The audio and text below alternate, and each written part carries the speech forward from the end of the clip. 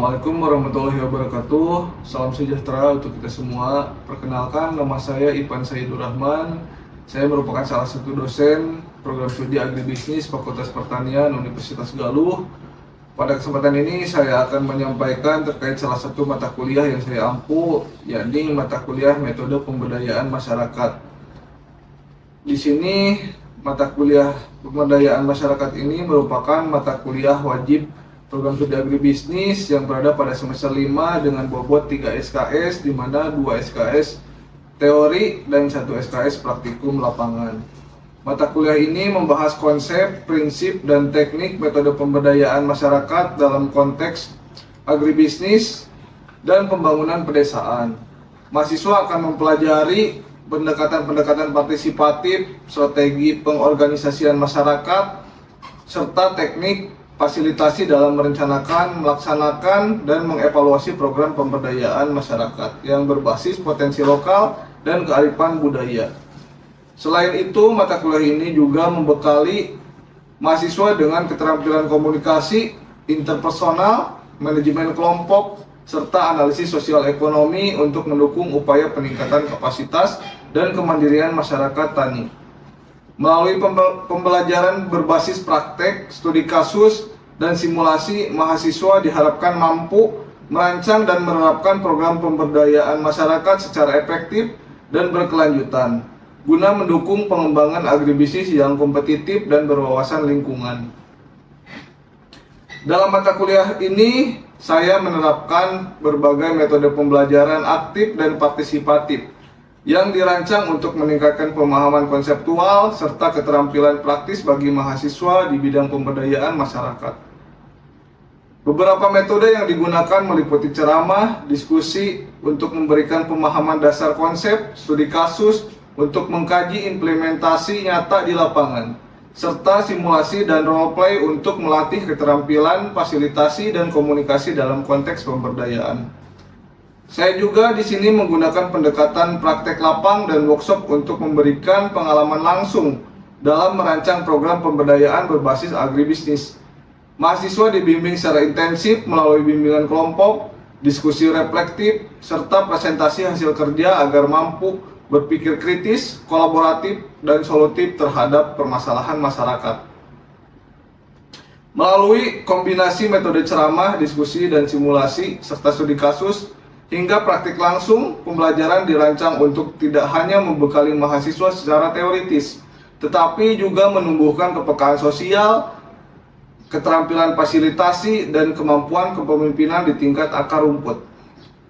Pada mata kuliah pemberdayaan masyarakat ini terdapat 6 capaian pembelajaran lulusan yang dibebankan oleh Prodi Agribisnis. Yang pertama, membentuk mahasiswa yang bertakwa pada Tuhan Yang Maha Esa, berakhlak mulia, bertanggung jawab, serta peduli terhadap keberlanjutan dan kesejahteraan masyarakat. Nilai-nilai yang menjadi landasan etika dalam proses pemberdayaan masyarakat tani. Yang kedua, mahasiswa diharapkan menguasai konsep pembangunan berkelanjutan yang berbasis konservasi dan kearifan lokal, agar mampu merancang pendekatan pemberdayaan yang relevan dengan konteks sosial budaya setempat. Yang ketiga, menekankan kemampuan mahasiswa dalam mengkomunikasikan ide dan hasil analisis secara efektif kepada berbagai pihak, terutama saat menjadi fasilitator dalam kegiatan partisipatif di tingkat masyarakat. Keempat, mahasiswa didorong untuk mampu bekerja sama dalam tim multidisiplin dan mengambil keputusan strategis secara profesional dalam konteks pemberdayaan masyarakat. Kelima, mahasiswa dituntut mampu merancang, mengimplementasikan, dan mengevaluasi program pengembangan agribisnis di tingkat mikro sebagai bentuk nyata kontribusi kepada masyarakat. Yang keenam, kemampuan melakukan pemberdayaan masyarakat tani dengan pendekatan partisipatif untuk meningkatkan kapasitas dan kesejahteraan petani. Seluruh capaian pembelajaran lulusan tadi saling terintegrasi dan menjadi pedoman utama dalam proses pembelajaran, evaluasi, serta praktek lapang mahasiswa agar mereka dapat menjadi lulusan agribisnis yang kompeten, profesional, dan berjiwa pengabdi. Mahasiswa di sini dirancang untuk dibekali pengetahuan, keterampilan, sikap yang diperlukan dalam mendukung pembangunan agribisnis yang berkelanjutan berbasis masyarakat ataupun komunitas. Capaian pembelajaran yang diharapkan dari mata kuliah ini meliputi 6 aspek utama. Yang pertama, mahasiswa mampu menjelaskan konsep, prinsip, dan pendekatan pemberdayaan masyarakat dalam konteks pembangunan agribisnis berkelanjutan. Yang kedua, mahasiswa mampu menganalisis kondisi sosial ekonomi masyarakat tani serta potensi lokal sebagai dasar penyusunan program pemberdayaan. Yang ketiga, mahasiswa dapat merancang program pemberdayaan masyarakat yang berbasis potensi lokal untuk mendorong peningkatan kapasitas dan kemandirian petani. Yang keempat, mahasiswa diharapkan mampu menerapkan teknik fasilitasi dan komunikasi efektif dalam kegiatan pemberdayaan masyarakat agraris, baik secara individu maupun dalam kerja kelompok. Yang kelima, mahasiswa dibekali kemampuan untuk mengevaluasi keberhasilan program pemberdayaan masyarakat dengan menggunakan indikator kemandirian serta peningkatan kesejahteraan petani sebagai ukuran utama. Dan yang terakhir, mahasiswa diharapkan dapat menunjukkan sikap empati atau peduli, etis, bertanggung jawab, serta menjunjung tinggi nilai keberlanjutan dalam pelaksanaan program pemberdayaan. Dengan capaian ini, mahasiswa diharapkan siap menjadi agen perubahan yang mampu merancang dan menjalankan program pemberdayaan yang berpihak pada masyarakat tani dan berorientasi pada keberlanjutan agribisnis. Mata kuliah pemberdayaan ini mencakup beragam materi pembelajaran inti yang dirancang untuk membekali mahasiswa dengan pengetahuan, keterampilan, dan sikap untuk merancang serta melaksanakan program pemberdayaan masyarakat berbasis agribisnis. Materi yang pertama membahas konsep dan prinsip pemberdayaan sebagai dasar untuk memahami pentingnya partisipasi, kemandirian, dan keberlanjutan dalam pembangunan agraris. Selanjutnya, mahasiswa akan mempelajari pendekatan partisipatif seperti participatory appraisal, participatory rural appraisal atau PRA, dan rapid rural appraisal atau RRA yang digunakan dalam menggali informasi dari masyarakat secara efektif. Pembelajaran dilanjutkan dengan teknik analisis sosial ekonomi dan pemetaan potensi masyarakat untuk memahami kondisi, kebutuhan, serta kekuatan lokal yang menjadi dasar dalam penyusunan program pemberdayaan. Mahasiswa juga dibekali dengan materi tentang perumusan tujuan dan sasaran program, serta penyusunan rencana kegiatan pemberdayaan yang sistematis dan kontekstual.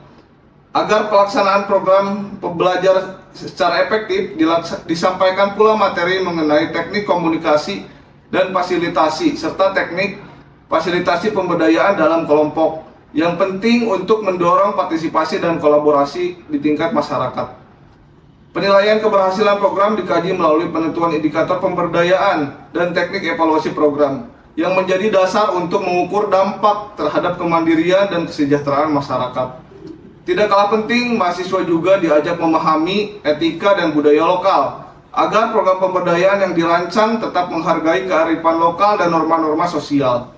Sebagai bentuk pengetahuan praktik, mahasiswa melakukan simulasi rencana program dan pada akhir perkuliahan dilakukan tinjauan menyeluruh terhadap rencana program yang telah disusun secara terpadu. Dengan cakupan materi tersebut, mahasiswa diharapkan mampu menjadi perancang sekaligus pelaksana program pemberdayaan yang adaptif, beretika, dan berdampak nyata bagi masyarakat agraris. Penilaian dilakukan secara objektif, diukur berdasarkan indikator seperti pemahaman materi yang akurat, partisipasi aktif, dan keahlian dalam analisis studi kasus.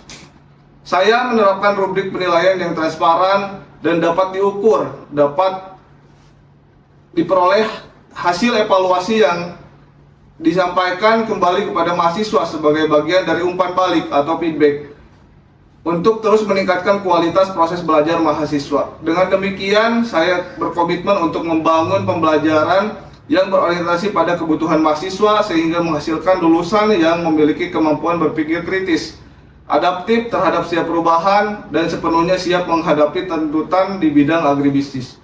Selanjutnya, berikut adalah cuplikan video pembelajaran mata kuliah metode pemberdayaan masyarakat. Oke, assalamualaikum warahmatullahi wabarakatuh. Selamat bertemu kembali di perkuliahan Semester 5 metode pemberdayaan masyarakat. Pada kali ini kita memasuki pertemuan kedua, di mana pertemuan kedua ini kita akan bahas terkait dengan pendekatan partisipatif dalam pemberdayaan masyarakat. Bagaimana caranya memberdayakan masyarakat melalui pendekatan-pendekatan yang partisipatif yang melibatkan seluruh elemen masyarakat, semuanya terlibat dalam proses pemberdayaan. Mungkin sebelumnya saya akan mereview dulu pertemuan sebelumnya, kita bahas terkait dengan metode pemberdayaan masyarakat. Dari definisinya itu sendiri, mungkin ada teman-teman yang tahu, masih ingat tentang metode pemberdayaan itu apa? Silakan, siapa?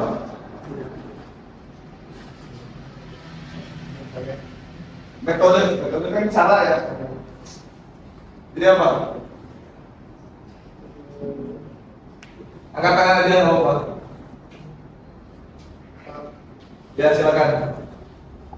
Jadi metode pemberdayaan masyarakat ya, cara untuk kita memaksimalkan potensi yang ada di tengah masyarakat. Mungkin masyarakat yang tadinya tidak bekerja, kita kasih pekerjaan, kita berikan kegiatan supaya lebih bermanfaat di sosial dan lingkungan. Nah, betul ya. Bagus. Ada lagi yang lain? Gak ada? Oke. Ada? Oh ya. Jadi cara memberdayakan gitu kan, bagaimana caranya seseorang yang tadinya tidak berdaya, belum berdaya, belum bisa menjadi bisa gitu kan, melalui kegiatan ya, rangkaiannya namanya pemberdayaan. Tadi betul, ada nilai sosial di dalamnya. Sesuai dengan teorinya ya, dalam buku COMDEV, Community Development, Robert Chambers, itu menyampaikan bahwa pemberdayaan itu adalah pembangunan ekonomi yang merangkum nilai-nilai sosial. Bagaimana caranya nilai-nilai sosial seperti gotong royong, kerja bakti kalau di lingkungan ya, itu menjadi satu kekuatan. Lingkungan jadi bersih, biayanya ya biaya swadaya, biaya gotong royong itu enggak ternilai dari ekonomi, tapi bisa meningkatkan nilai ekonomi. Ketika lingkungan bersih, kita akan punya label bersih, baik di mata yang lain. Itu menjadi sebuah nilai, sebuah kekuatan dari lingkungan masyarakat, lingkungan sosial. Oke, cukup mungkin untuk review. Kita masuk ke bahasan perkuliahan hari ini tentang bagaimana pendekatan-pendekatan dalam pemberdayaan. Nah, ini tujuannya adalah teman-teman mahasiswa mampu menjelaskan nanti konsep partisipasi appraisal, participatory rural appraisal, dan rapid rural appraisal ya, atau PA, PRA, dan RRA. Teman-teman juga diharapkan mampu membandingkan ketiga pendekatan tersebut, memahami bagaimana penerapannya di lapangan, kan? Pada masyarakat agraris, sebetulnya masyarakat pertanian. Yang selanjutnya, yang pertama RRA. Ini adalah konsepsi awal dari pendekatan pemberdayaan partisipatif, di mana seorang ahli, seorang pakar, ya, misalkan peneliti, mungkin nanti teman-teman akan menjadi seorang peneliti ketika menyusun skripsi, gitu kan? Bagaimana memotret, bagaimana menilai kondisi masyarakat, apakah berdaya atau belum berdaya. Ya, belum berdaya ini dari segi apa? Bagaimana pendekatan untuk memberdayakannya? Cara mendekati masyarakat agar mau ikut ke arah yang lebih positif, lebih bernilai lagi, gitu kan? Ini konsepsi awalnya dari masyarakat pedesaan atau rural namanya ya. Berfokus pada efisiensi waktu, biaya. Nah, ini karena bersifat rapid, kalau rapid kan cepat ya. Jadi dalam rentang waktu tertentu, bagaimana seorang ahli, seorang peneliti, seorang pemberdaya mampu memotret, menganalisa bagaimana kondisi masyarakat tersebut untuk dipecahkan masalahnya agar lebih berdaya lagi. Output dari pemberdayaan adalah suatu kemandirian. Orang yang berdaya itu bisa mandiri. Ya, orang yang semuanya bisa itu adalah orang yang mandiri, gitu kan ya. Bisa dibaju sendiri, gitu kan? Bisa berangkat sendiri. Itu kan artinya kan ada proses, ada pelatihan, ya, diajarin sama dosen, sama orang tua, gitu kan, untuk lebih berdaya lagi. Itu rapid ya. Karakteristiknya bagaimana ini? Lebih cepat ya. Ini dalam tentang paling lama 1 bulan gitu kan. Biasanya ada tentang waktu riset penelitian untuk menganalisa masyarakat, kondisi masyarakat gitu kan. Ini berbentuk tim. Ada beberapa pakar, beberapa ahli, beberapa orang pemberdaya yang mengukurnya. Metodenya kombinasi atau mix. Ada wawancara, observasi, dan diskusi kelompok. Diskusi kelompoknya biasanya yang jadi fokus group discussion. Ya. Itu untuk rapid, cepat, dan waktu tertentu, biayanya sesuai dengan anggaran biasanya, sehingga dilakukan lebih cepat. Disebut rapid. Selanjutnya adalah bagaimana tujuannya. Ya. Tujuannya adalah kebijakan yang berbasis data. Ya. Hasil penelitian, hasil risetnya, hasil pengukuran RSA-nya ini diukur, dilaporkan sehingga menjadi saran dan usulan bagi pemangku kebijakan. Siapa yang bisa memutuskan kebijakan?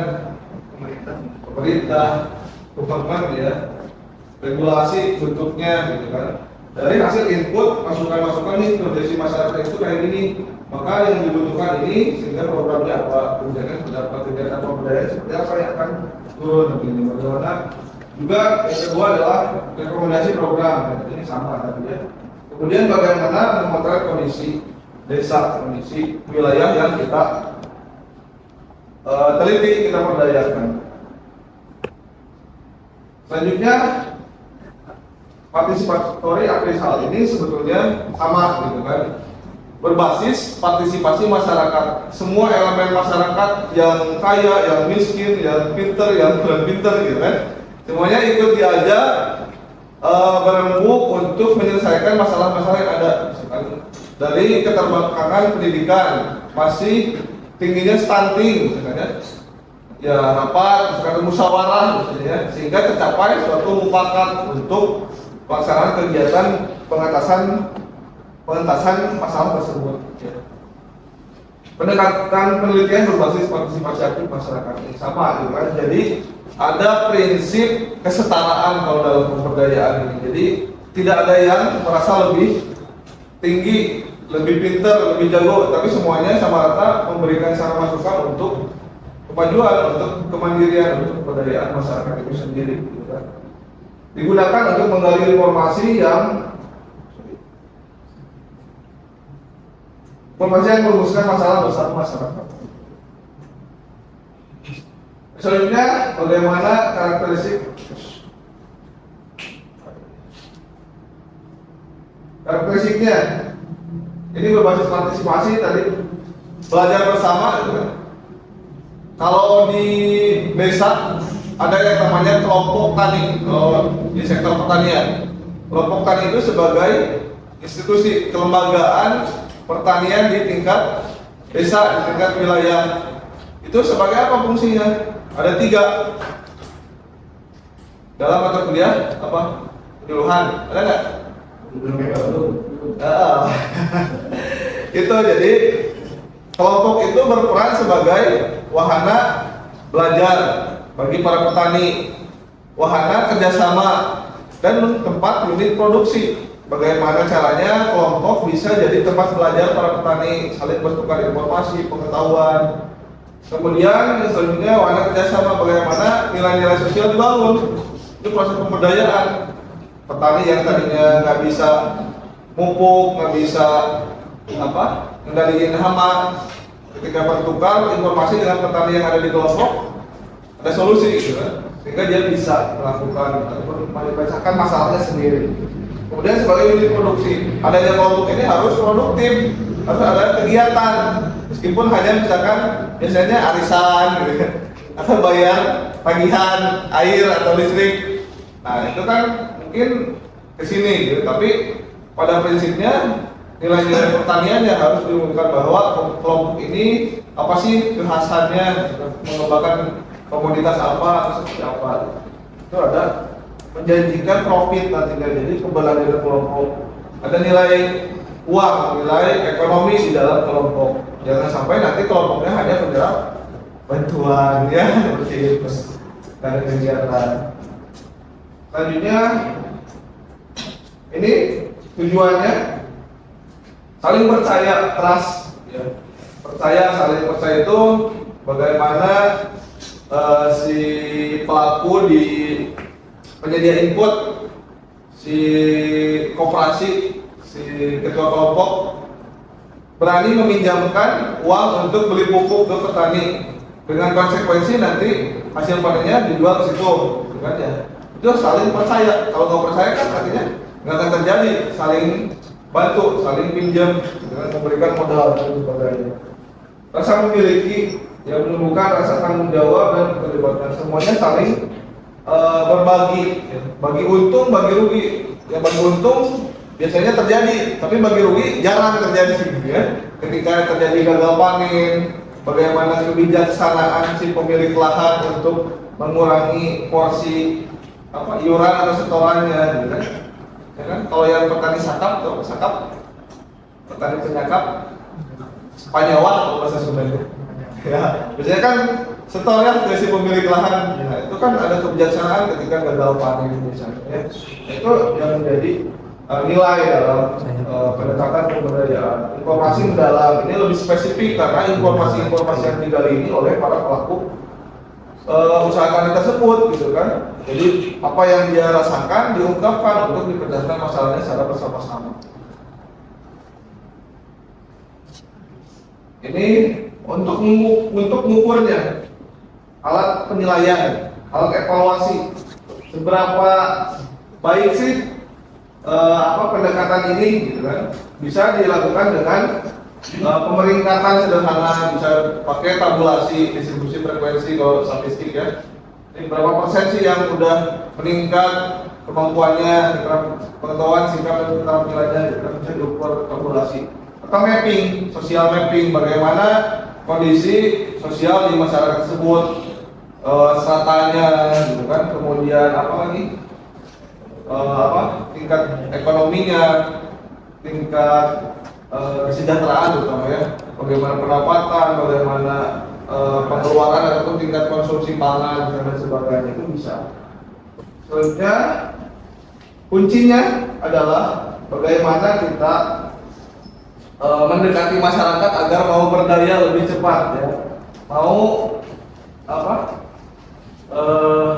terpengaruh oleh kita memiliki kemampuan mempengaruhi persuasif ya.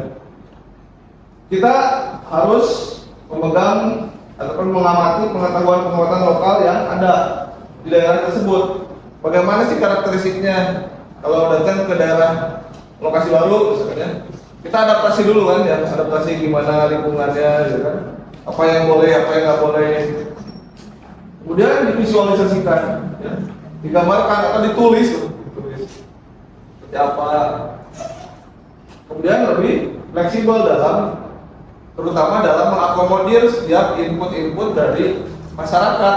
Ya. Harusnya seperti apa, yang lemah ini apa, sehingga apa yang menjadi solusinya nanti, gitu. Alternatif akan ditentukan.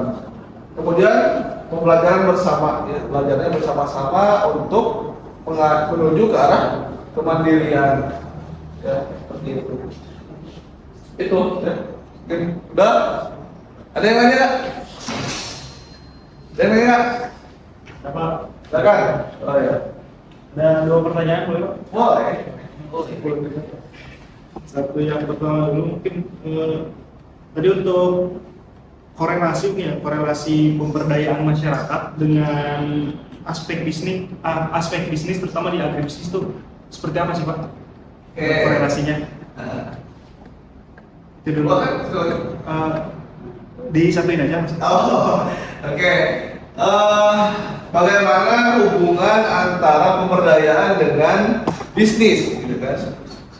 Pemberdayaan bisa jadi bisnis nggak? Bisa, ya.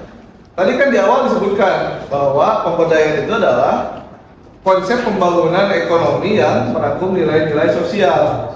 Bagaimana caranya hasil dari kegiatan pemberdayaan ini mampu meningkatkan ekonomi. Oke, kita analogikan. Di suatu wilayah yang tadinya di daerah bantaran sungai, silahkan ya, kotor, ya, seringkali terjadi erosi. Ketika masyarakatnya, komunitasnya, pemudanya, gitu kan, generasi muda terutama kreatif, ya, berkreasi, memikirkan bagaimana solusi masalah tersebut, jangan sampai berlarut-larut. Misalkan dalam bentuk karang taruna, ya, kerja bakti gerakan misalkan untuk membersihkan aliran sungai, dibuatlah agrowisata, mungkin ya, seperti apa bentuknya, itu menjadi nilai sosial, gotong royong, kegiatan pemberdayaan di Karang Taruna untuk meningkatkan ekonomi wilayah. Kalau udah jadi agrowisatanya, bisa ditiket, dikartis, ada tukang parkir, ada yang jualan, ada yang apalagi mungkin studi banding, nilai ekonomi yang lainnya. Padahal kan yang dibangun fondasinya adalah nilai sosial, nilai pemberdayaan. Nah, itu yang dimaksud dengan pembangunan ekonomi yang merangkum nilai sosial. Gitu. Ya, lagi. Ada satu lagi Pak. Ya, silakan. Tadi untuk yang PRA ya Pak, adakah contoh desa yang udah mencapai level PRA, mungkin udah bisa menganalisis kondisinya sendiri, menganalisis kelebihan, kekurangannya, dan memanfaatkan kelebihannya terutama dari desa tersebut yang udah mencapai PRA itu? Ada nggak sih Pak contohnya, dan gimana kondisi masyarakatnya, misal dari sosial, dari ekonominya, atau mungkin bahkan dari budaya, adakah perubahan sebelum dan sesudah diterapkan konsep PRA ini di tengah masyarakat itu? Di mana contohnya? Banyak contohnya ya. Contohnya misalkan daerah desa, sekarang kan ini ya udah diklasterisasi oleh Kementerian Pariwisata dan Ekonomi Kreatif. Mana desa wisata, mana desa konservasi, artinya ada wilayah konservasi yang dilindungi, gitu kan? Nah itu banyak, gitu kan? Kalau di Ciamis gimana desa wisatanya ya? Ada yang tahu? Mungkin ya kayak misalkan ada di kaki Gunung Ciremai, ada namanya desa wisata apa gitu ya. Nah itu mungkin salah satu gambaran bentuk aware pemerintah terhadap pengembangan ekonomi wilayah, ekonomi lokal, gitu kan? Karena mengingat potensi wisata, gitu kan, dikolaborasikan dengan sektor-sektor lain, pertanian, desanya ya, itu menjadi sebuah nilai, sebuah gambaran, sebuah contoh untuk diadopsi oleh daerah-daerah lain, gitu kan?